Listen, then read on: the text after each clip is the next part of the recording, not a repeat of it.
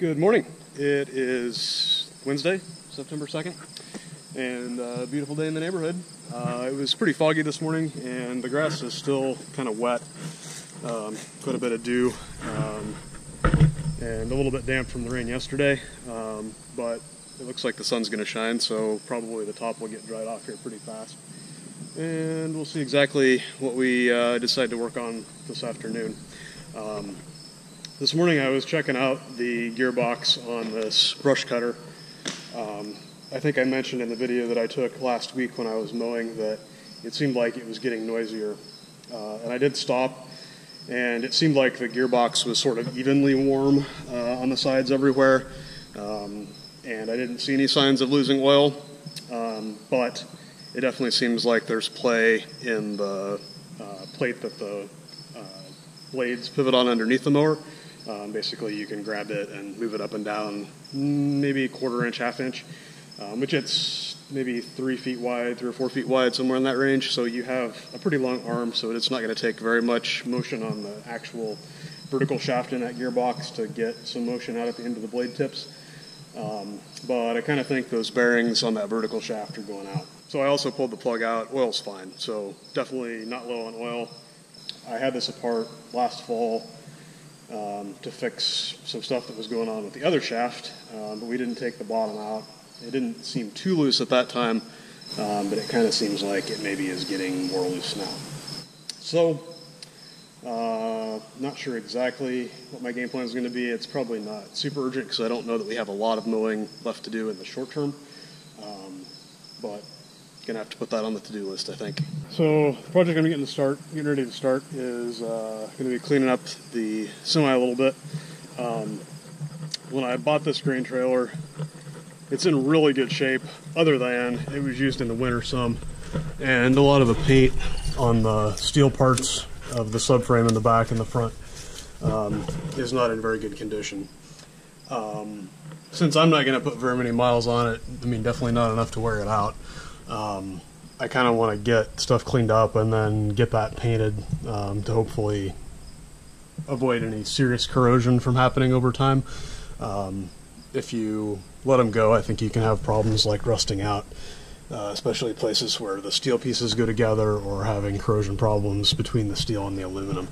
But as you can see, there's a whole bunch of gravel dust all over everything under here. So we need to do some serious pressure washing to get stuff cleaned up, and then it's going to have to dry off for a while before I'm going to be able to paint. So I don't know if I'm going to paint it this week, but we want to try to get as much of the gravel dust cleaned up as possible, or kind of get at least step one done.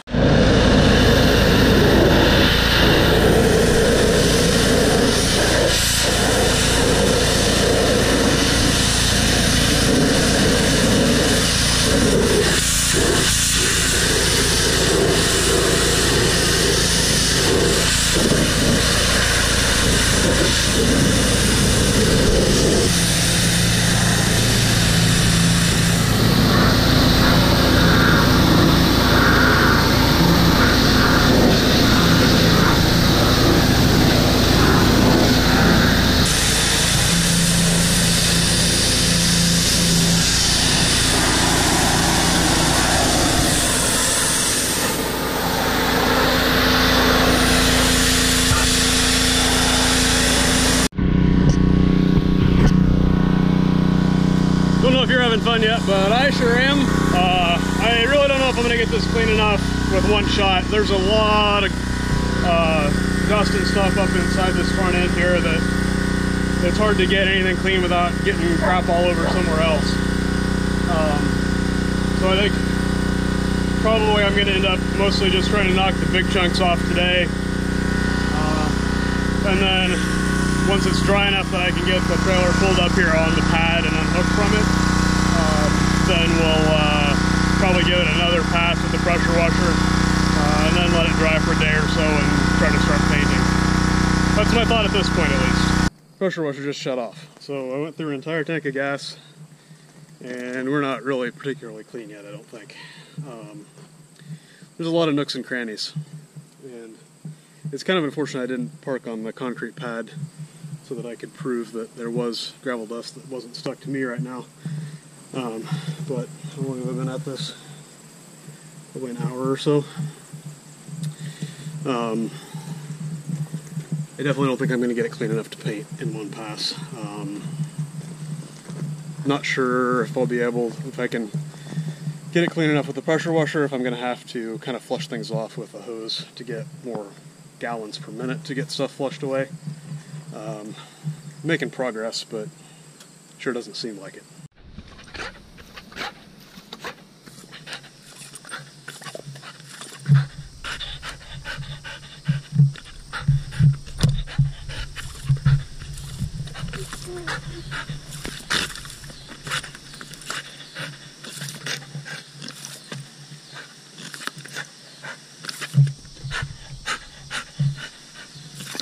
Okay, we're clean-ish, I guess, for the time being. I ended up switching to the wider angle tip on the wand at the last, and it seemed like that was maybe giving me a little bit more flow to get stuff flushed out, so I'm going to probably let this dry, go clean myself up a little bit, just so that it doesn't hurt when I blink or don't get any large chunks of gravel in my eyes. And work on a couple other things, and then come back and see what it looks like after a bit. Alright, I ended up changing shirts because the other one was wet and super dirty. Things have dried off to some extent. You can see there's still plenty of gravel dust on everything. Also, kind of looking things over closely, it seems like there's a lot more loose paint on a lot of this than I really realized there was. I was kind of planning on probably wire brushing things to some extent. But it looks like there's going to be possibly quite a bit of prep work involved in getting this ready to go. And with as dirty as everything is and as hard as it seems to get it clean, I have a feeling I'm going to end up doing this in sections. Looks like there's some up there that I missed, so you can kind of see the kind of stuff we're working with. Just piles of accumulated gravel dust.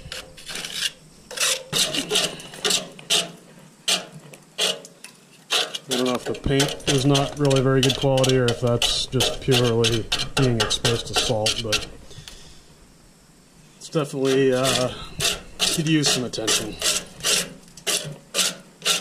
So probably quite a bit more of this type of stuff in my future. I don't know if some of this has been retouched at some point. It seems like there's kind of multiple layers of paint on some of this.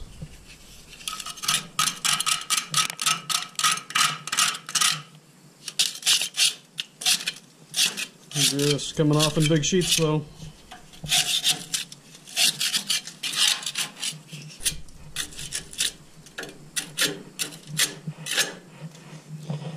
Yeah, there's going to be probably a couple hours at least clean up with a putty knife, probably at least that much with a wire brush, and that's probably conservative because it never takes shorter time than you guess. But hopefully we can make it look nice and last for a while. So, new game plan. I tried to get the trailer pulled up, backed up the hill here to get it pulled in front of the shop, and that wasn't happening. With no weight in the trailer, you have very little traction over the drive tires, and trying to get up that hill on grass and kind of wet ground, just couldn't get all the way there.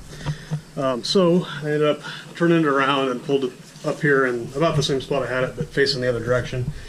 And the game plan, I think, what I've decided is that I'm going to try to get this front stuff cleaned up and see if I can get paint on it tomorrow. And hopefully that will sort of give me an idea how things are going to work and how, if I need to get more paint, which I probably will, how much paint I will need for the back stuff. But up here, mostly it's just kind of the four sides of the subframe and then the main beam up here for the kingpin. there is some steel there, although it's yep, that paint's coming up in sheets also. Quality. This trailer is about 10 years old. I think it's an 09, so 11-ish.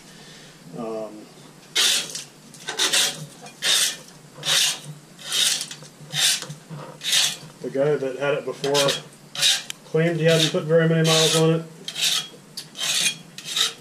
Maybe like 5,000 a year or so. So, I don't know. We definitely got exposed to a fair amount of salt, it seems like. So, I think I'm going to kind of scrape the big chunks, and I've got the wire wheel on the big grinder to kind of try to clean stuff up a little bit. And probably I'm going to pressure wash again to try to knock as much of the gravel dust off as possible. And then I also have some pre-paint degreaser that's water-based that I need to read the directions on exactly what it says to do, but probably will kind of try to get it on tonight and then let it dry overnight, and probably try to paint midday tomorrow after the sun shines a little bit, assuming the sun shines. We'll see. Alright, working on the grinding now.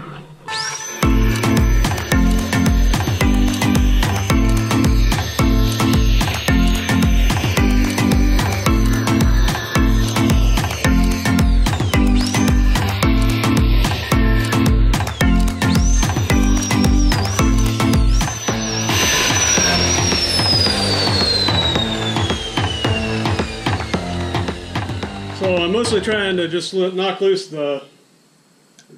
off the loose stuff. The paint that I have is kind of designed to paint over top of the rust, but you need to have like a mechanically sound surface for it to stick to. So I'm going to hit what I can with the grinder brush, and then probably there's going to be some spots I'm going to have to hit with something smaller, either by hand or a different power tool of some sort. But hopefully there's not as many obstacles and stuff on the front end here, so I'm hoping that this will go halfway fast.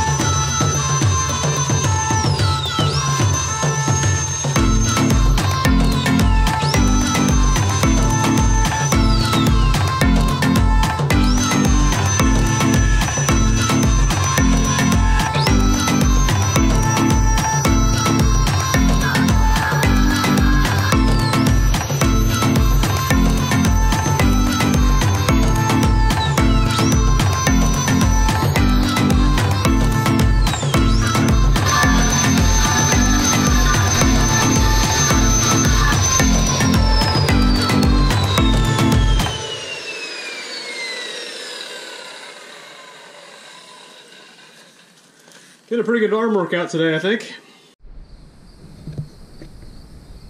Well, maybe it didn't get as dirty this time. Or just differently dirty, maybe. I think I have a lot more chunks of rusted metal and paint flakes. Okay, I'm gonna go get cleaned up a little bit again, and maybe go do a little cover crop experiment.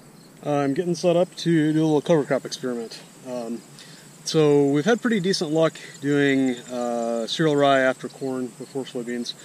However, would like to find something that's not a grass that we can run ahead of corn.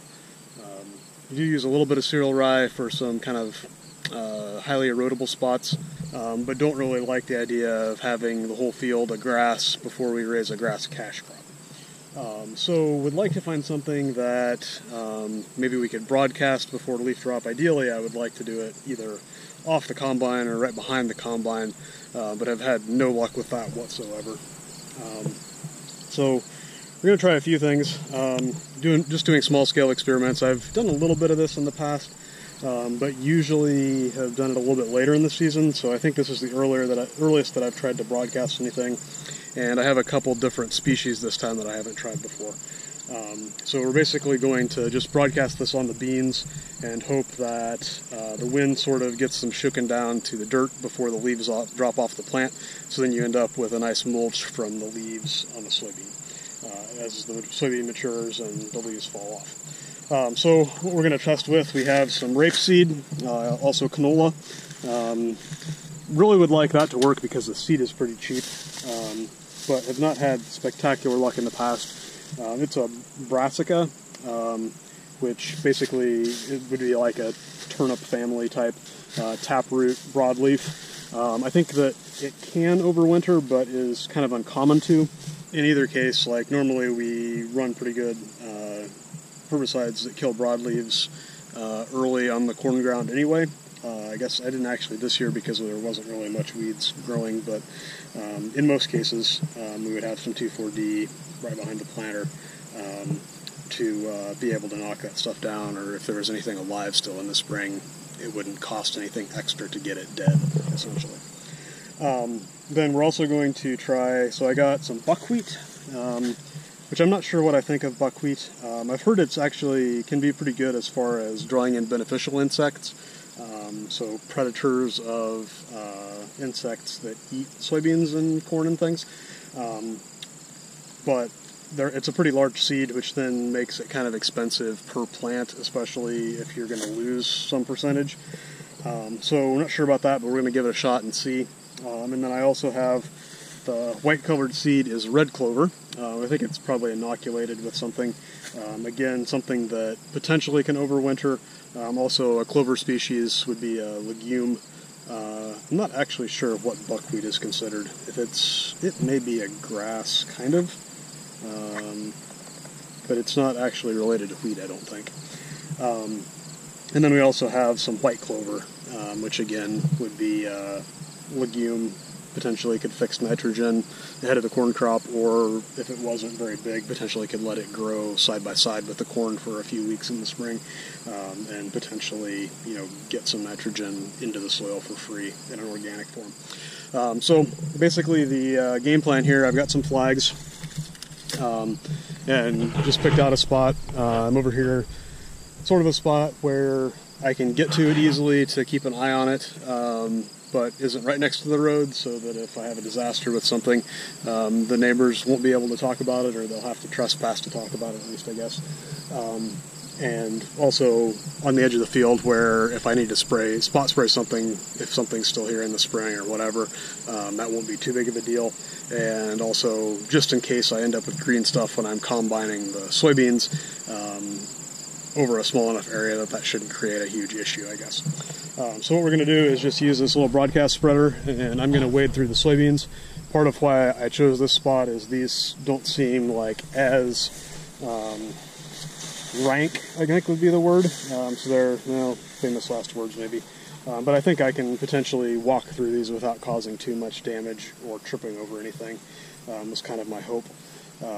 These... I'm actually not sure, because I think there's a couple passes of the 3.6. I don't remember for sure. But I think there's a couple different maturities as I go out into the field, so if I go out like 100 feet or so, I probably would be on to two different varieties with my strip also, or two different maturities of soybeans, which could sort of give us a little bit of good A/B test. So the other thing that I'm going to do, to be able to tell if I got much of a stand from what I see tonight, I need to sort of have some idea how much seed I'm throwing out there. Obviously, this is not going to be calibrated particularly well, so the way that we're going to do that is with this wonderful ice cream bucket lid. This is 8 inches diameter, which pi r squared comes up with, I think it was 0.7 square feet. So basically, I can either lay this on top of the soybeans. Probably will do that if it'll work, as long as I can get it halfway flat. And then basically see how many seeds land in that, and that should give me some idea of how much seed I put down over the strip that I walk out. So basically I'll spread walking out and hopefully walking back as long as I have seed. Then we'll see what comes up later this fall, and by knowing how many's in a square foot there, I can, basically count plants in a square foot and kind of get some idea of how many of the seeds I threw out maybe germinated, or what I ended up with as a germination rate or an effective germination rate in the field. Well, that was a pretty good workout trying to walk through those and step over the beans as much as possible.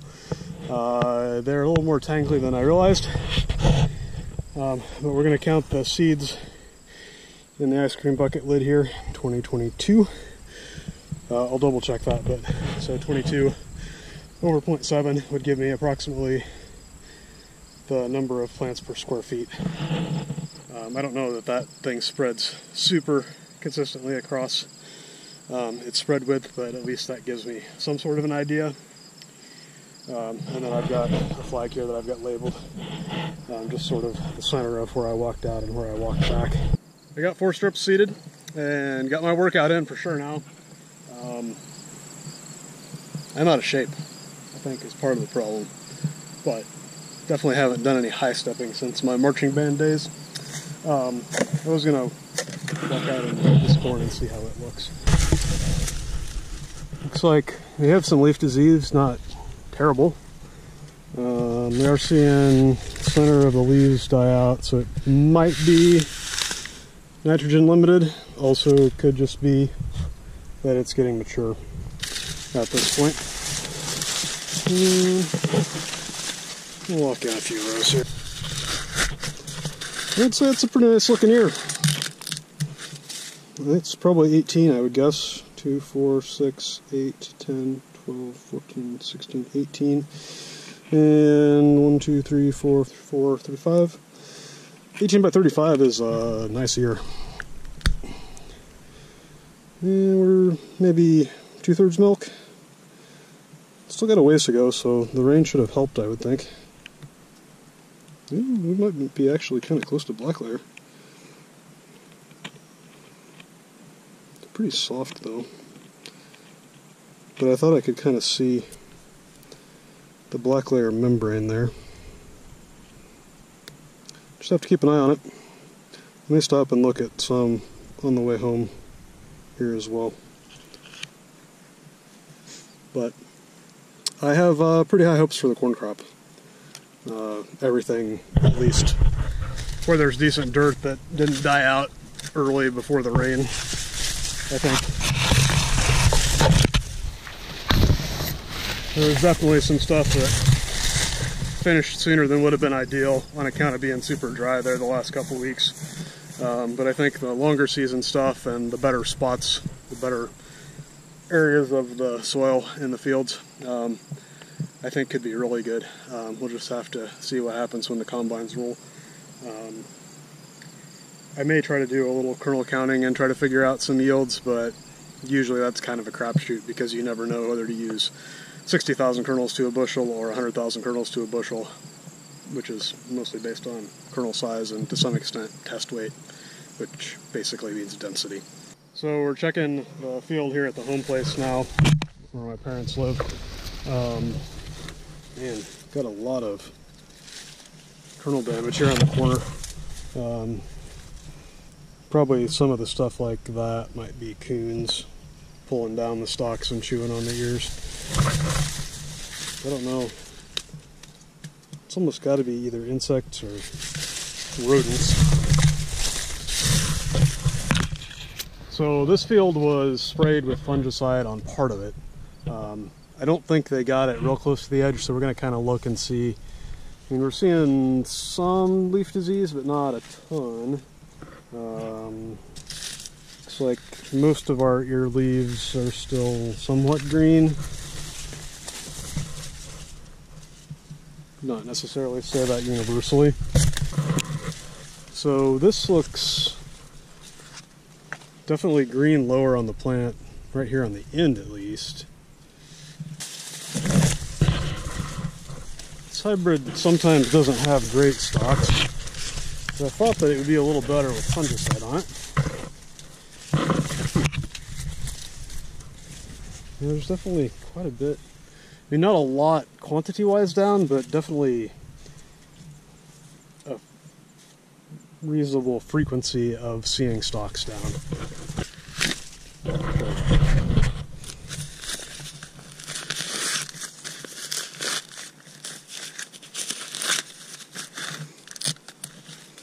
I'm gonna say that's 18 around probably 36 maybe, 7, 38, maybe 16 by 38 we'll call it. That's actually getting pretty close to mature.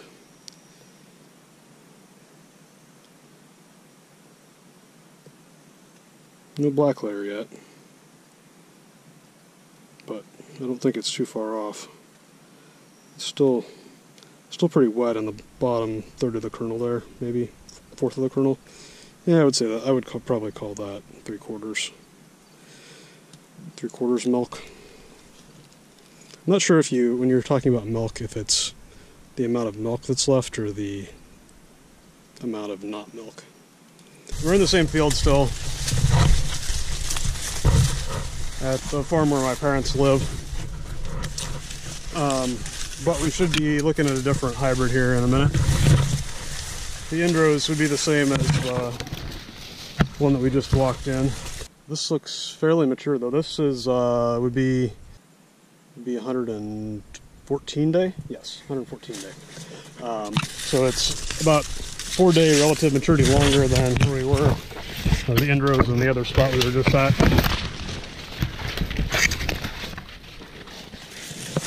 It's supposed to yield really well though. Leaf disease looks very good. I'm not sure if we're in a spot that was fungicided at the moment or not. We just did part of the field, partly to get a good A-B comparison, but I'm not sure exactly where that line is in relation to where I'm at this instant. That looks about evenly spaced and looks like a pretty nice year.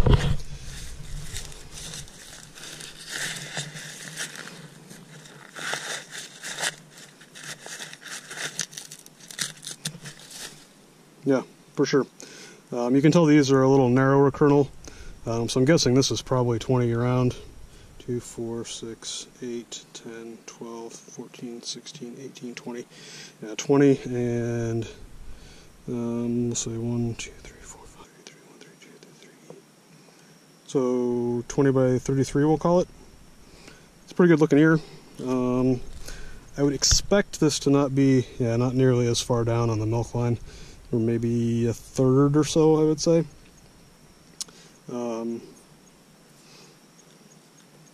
I have high hopes. These are the 3 ears that we pulled, just for a size comparison. Sorry you get to listen to Lizzie pant because I'm scratching her ear so that she will leave me alone or stay still at least. So they're fairly consistent size, really. You can see the one in the middle there is filled out a little bit further on the tip, but that one was only 16 around. The other two were both 20, I believe. You can also tell that one has a little fatter kernels. But like I said, I'm pretty optimistic with this rain this week. I think we could have some pretty good yields.